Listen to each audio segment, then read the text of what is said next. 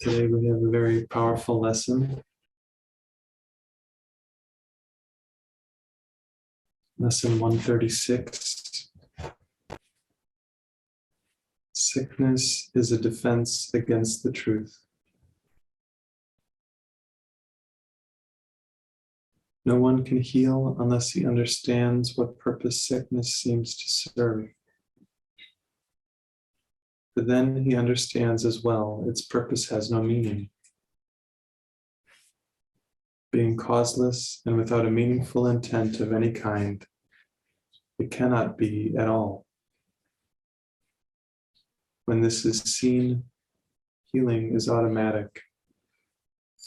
It dispels this meaningless illusion by the same approach that carries all of them to truth and merely leaves them there to disappear. Sickness is not an accident. Like all defenses, it is an insane device for self-deception. And like all the rest, its purpose is to hide reality, attack it, change it, render it inept, distort it, twist it, or reduce it to a little pile of unassembled parts. The aim of all defenses is to keep the truth from being whole. The aim of all defenses is to keep the truth from being whole. The parts are seen as if each one were whole within itself. Defenses are not unintentional, nor are they made without awareness. They are secret magic wands you wave when truth appears to threaten what you would believe.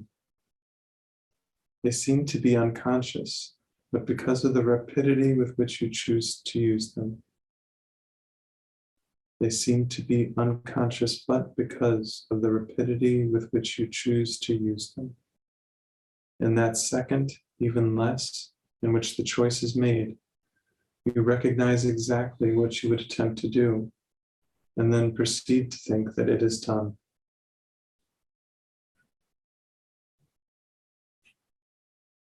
Who but yourself evaluates a threat, decides escape is necessary, and sets up a series of defenses to reduce the threat that has been judged as real? All this cannot be done unconsciously, but afterwards your plan requires that you must forget you made it, so it seems to be external to your own intent, a happening beyond your state of mind, an outcome with a real effect on you, instead of one affected by yourself. It is this quick forgetting of the part you play in making your reality that makes defenses seem to be beyond your own control. But what you have forgot can be remembered, given willingness to reconsider the decision which is doubly shielded by oblivion. Your not remembering is but the sign that this decision still remains in force, as far as your desires are concerned. Mistake not this for fact. Defenses must make facts unrecognizable. They aim at doing this, and it is this they do. Every defense takes fragments of the whole, assembles them without regard to all their true relationships, and thus constructs illusions of a whole that is not there. It is this process that imposes threat, and not whatever outcome may result. When parts are wrested from the whole and seen as separate and wholes within themselves, they become symbols standing for attack upon the whole, successful in effect, and never to be seen as whole again. And yet you have forgotten that they stand but for your own decision of what should be real, to take place of what is real. Sickness is a decision. It is not a thing that happens to you quite unsought, which makes you weak and brings you suffering. It is a choice you make, a plan you lay, and for an instant truth arises in your own deluded mind, and all your world appears to totter and prepare to fall. Now are you sick? The truth may go away and threaten your establishments no more. How do you think that sickness can succeed in shielding you from truth? Because it proves the body is not separate from you, and so you must be separate from the truth. You suffer pain because the body does, and in this pain are you made one with it. Thus is your true identity preserved, true is in quotes, and the strange haunting thought that you might be something beyond this little pile of dust, silenced and stilled. For see, this dust can make you suffer, twist your limbs and stop your heart, commanding you to die and cease to be. Thus is the body stronger than the truth, which asks you live, but cannot overcome your choice to die. And so the body is more powerful than everlasting life, heaven more frail than hell, and God's design for the salvation of his Son, opposed by a decision stronger than his will. His Son is dust, the Father incomplete, and chaos sits in triumph on his throne. Such is your planning for your own defense. And you believe that heaven quails before such mad attacks as these, with God made blind by your illusions, truth turned into lies, and all the universe made slave to laws which your defenses would impose on it. Yet who believes illusions but the one who made them up? Who else can see them and react to them as if they were the truth? God knows not of your plans to change his will. The universe remains unheeding of the laws by which you thought to govern it. And heaven has not bowed to hell, nor life to death. You can but choose to think you died, or suffer to sickness, or distort the truth in any way. What is created is apart from all of this. Defenses are plans to defeat what cannot be attacked. What is unalterable cannot change, and what is wholly sinless cannot sin. Such is the simple truth. It does not make appeal to might nor triumph. It does not command obedience or seek to prove how pitiful and futile your attempts to plan defenses that would alter it. Truth merely wants to give you happiness, for such its purpose is. Perhaps it sighs a little when you throw away its gifts, and yet it knows with perfect certainty that what God wills for you must be received. It is this fact that demonstrates that time is an illusion. For time lets you think what God has given you is not the truth right now, as it must be. The thoughts of God are quite apart from time. For time is but another meaningless defense you made against the truth. That what he wills is here, and you remain as he created you. Truth has a power far beyond defense, for no illusions can remain where truth has been allowed to enter. And it comes to any mind that will lay down its arms and cease to play with folly. It is found at any time, today, if you will choose to practice giving welcome to the truth. This is our aim today, and we will give a quarter of an hour twice to ask the truth to come to us and set us free. And truth will come, for it has never been apart from us. It merely waits for just this invitation which we give today. We introduce it with a healing prayer to help us rise above defensiveness and let truth be as it has always been. Sickness is a defense against the truth. I will accept the truth of what I am and let my mind be wholly healed today. Healing will flash across your open mind as peace and truth arise to take the place of war and vain imaginings. There will be no dark corners sickness can conceal and keep defended from the light of truth. There will be no dim figures from your dreams, nor their obscure and meaningless pursuits of double purposes insanely sought remaining in your mind. It will be healed of all the sickly wishes that had tried to authorize the body to obey. Now is the body healed because the source of sickness has been opened to relief. And you will recognize you practice well by this.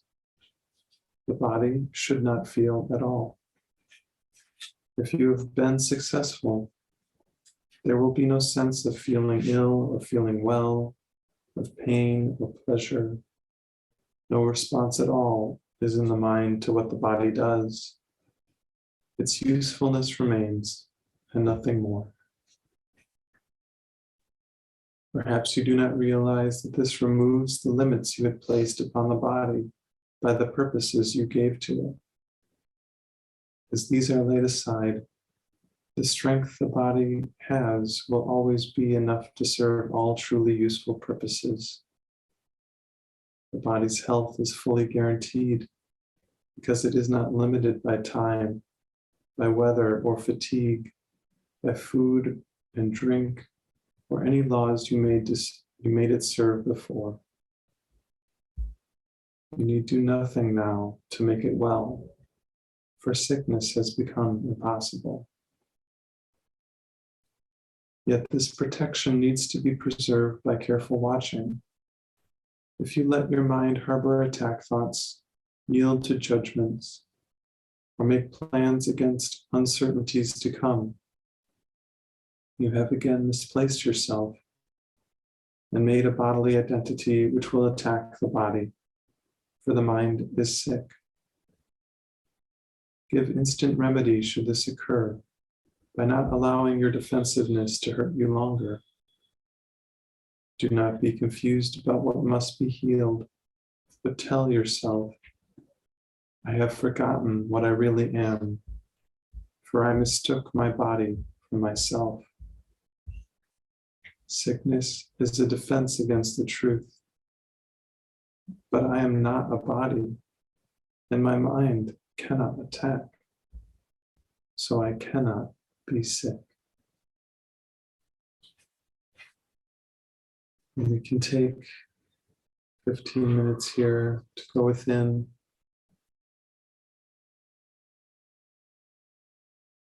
and follow this prayer. Sickness is a defense against the truth. I will accept the truth of what I am and let my mind be wholly healed today.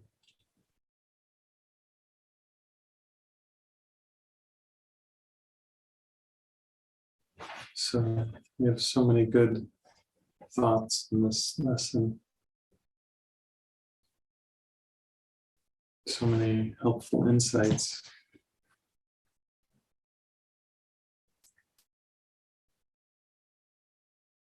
One of the things he says is that these defenses are self-chosen. We do that so quickly, and then we cover over that choice with the belief that we didn't do it, it just is happening to us. In order to do that, we need to move through the shields that the ego puts up. He says that this decision is doubly shielded by oblivion.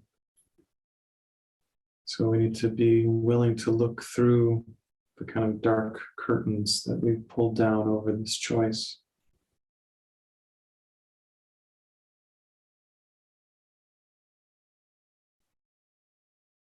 And he talks about how these curtains show up as fragmentation.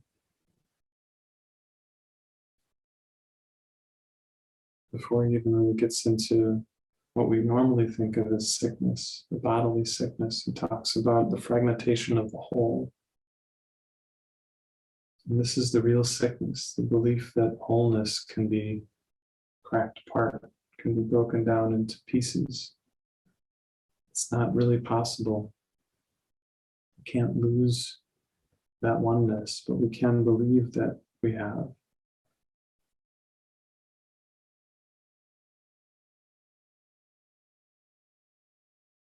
And again, we think it's real. And he says, and yet you have forgotten that they stand but for your own decision of what should be real.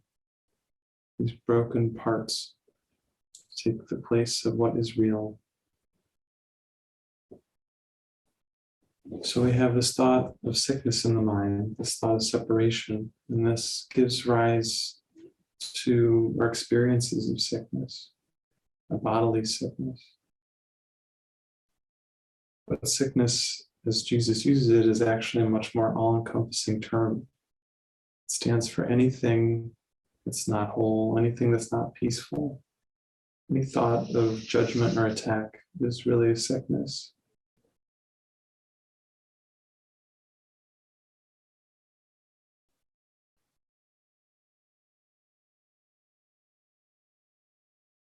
And again, he says very clearly why we do it. You are sick that truth may go away and threaten your establishments no more. Threaten your beliefs, threaten the world that you think is real.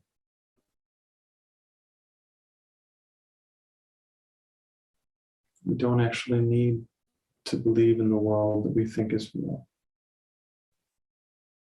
It seems like a big deal to let go of the belief in this world, but it's actually a freedom.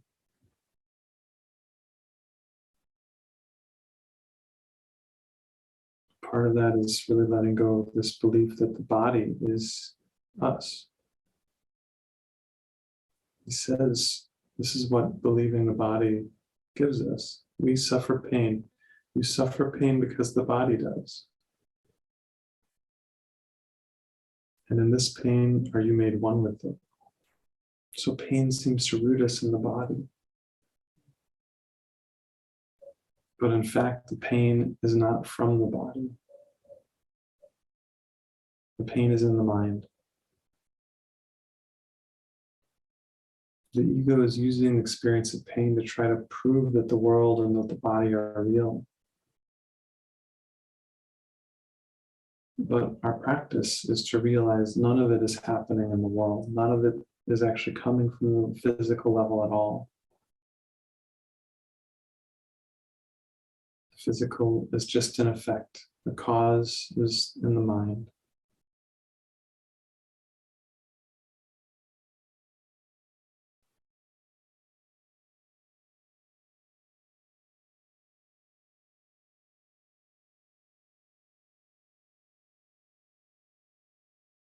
Who believes illusions but the one who made them up? So for as real as all this seems, it only seems real because we have given our belief to it. And as we come to see that there's nothing there, the whole experience of it starts to shift. It goes on to explain how the body feels when we have let go of all of our belief in it.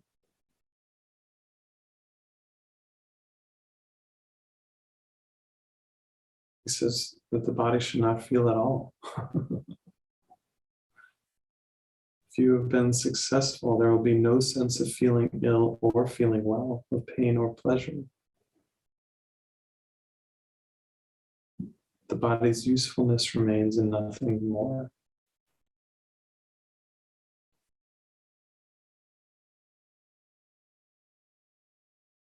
So this is the goal. This is the goal of the course.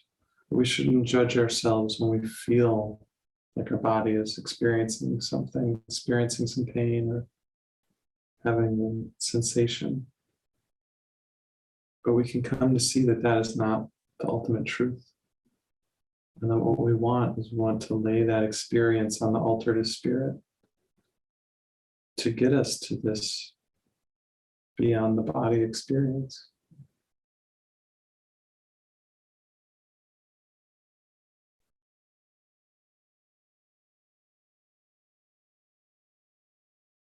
And how do we do this? He tells us here too. It needs to be preserved by careful watching. We need to watch when our mind harbors attack thoughts, yields to judgment, or makes plans against uncertainties to come. These are our signs that we are again relying on a false strength.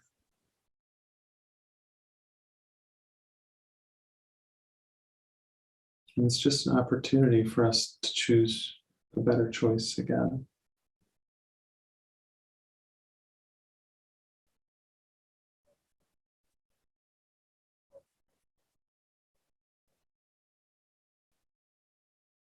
Now leaves us with a really powerful thought. The last sentence of the whole lesson here is, I cannot be sick.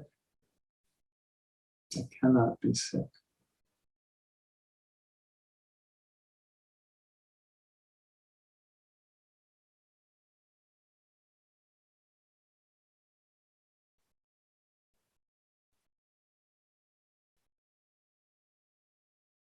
We can only believe in sickness. We cannot make it true.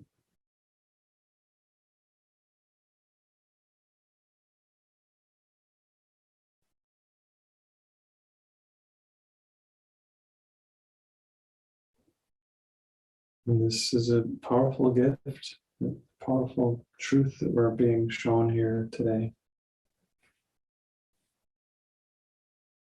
And it just helps us to orient our mind towards healing. Because healing is undoing sickness. Again, in a worldly sense, we think that that's about healing a bodily issue. But really, this is about healing the sickness of the mind.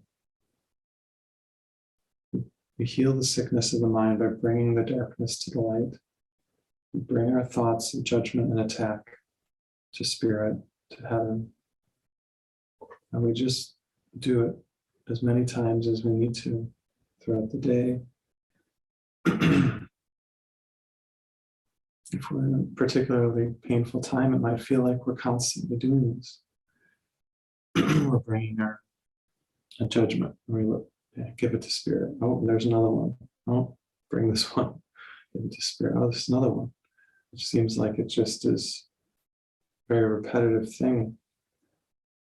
But we just have to do it as often as we have to do it, as often as the judgment is there.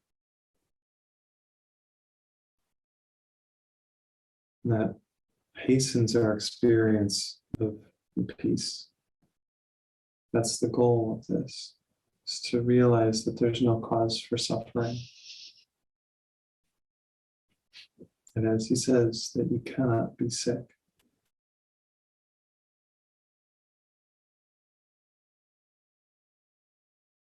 Can't be a separate self. No matter how much you try to tell yourself that you are, you cannot be apart from oneness.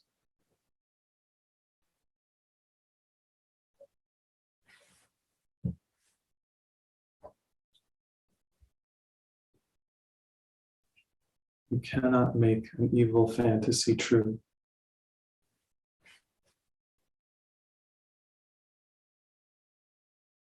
No matter how much you try to reinforce it with negative thoughts, you cannot. The truth is truth. Oneness is whole.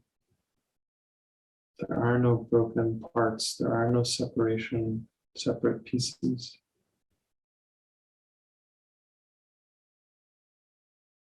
And as this lesson says, there is no sickness.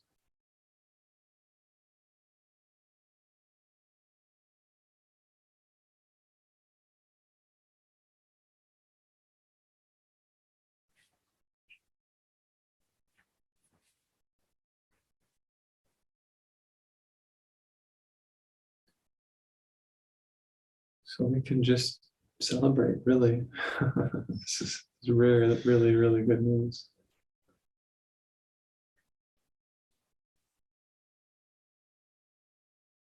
we haven't really gone through anything bad, ever. When we awaken from a nightmare, it's not like something really happened. The nightmare never was true. We just are happy that we're waking up from it.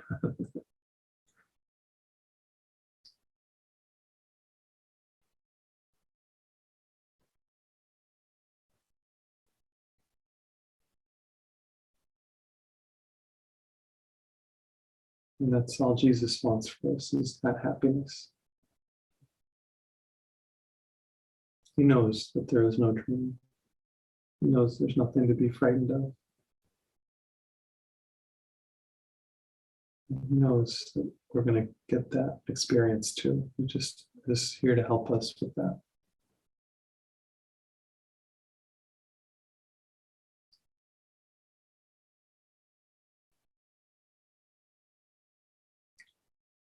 He's not afraid to point out the monsters to us in our mind, because he knows they're just in a dream.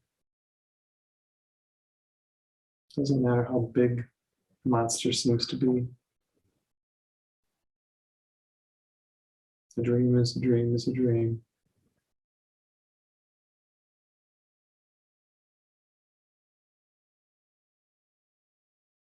A little bit of pain is as unreal as intense, unrelenting experience of pain.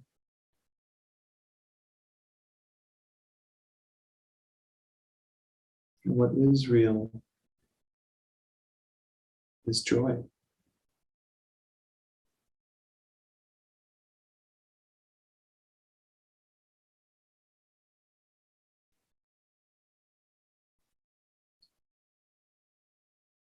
And so we just stay with it.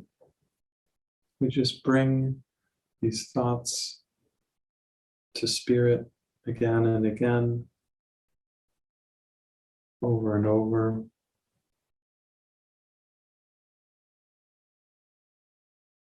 We're just washing away the dark thoughts.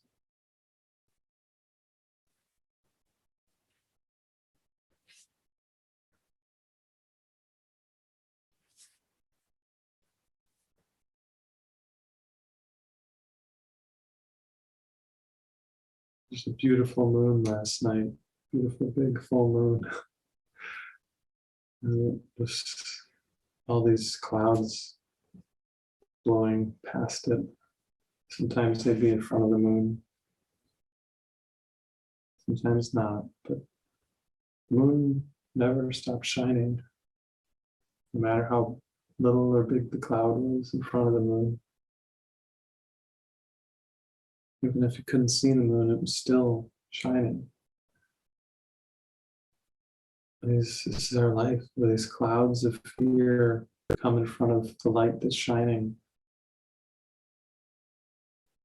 Doesn't matter how big of a cloud it is, the light has not been dimmed even a tiny bit.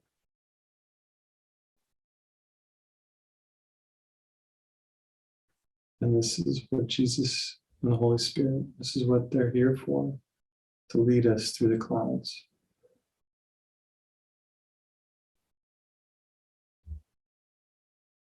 Cloud has no substance. Just go right through it.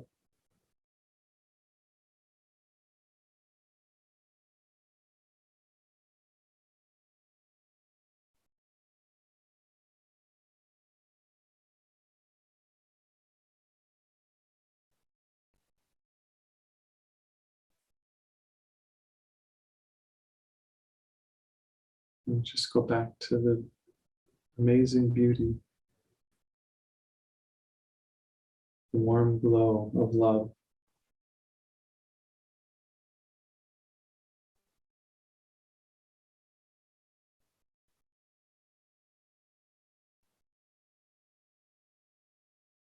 And we see sickness, illness is not worthy of you.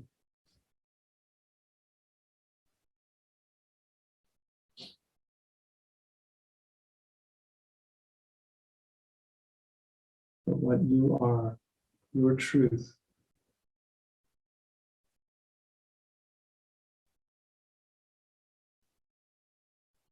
is untouched by the thought of sickness, as the moon is untouched by these clouds. Again, from one perspective, the clouds seem to put out that light. But the clouds are nowhere near the moon.